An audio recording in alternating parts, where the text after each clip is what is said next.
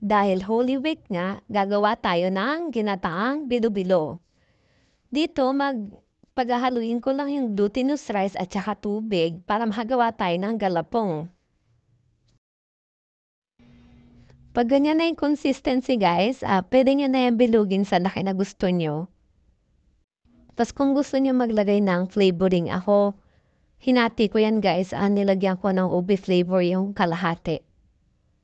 Habang gumagawa ko dyan guys, nagpakulo na ako ng pangalawang gata, tapos nilagay ko na rin din yung sago, kamote, gabi, tsaka kamoting kahoy.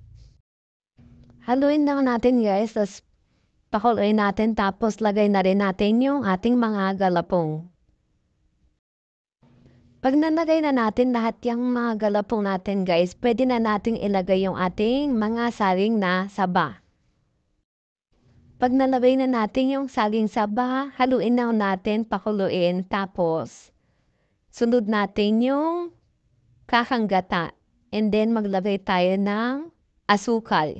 Depende sa panlasa nyo. Tapos pakuluin lang natin guys, at kapag malambot na, pwede na natin yang patayin yung halan at iserve. Thank you guys! Bye!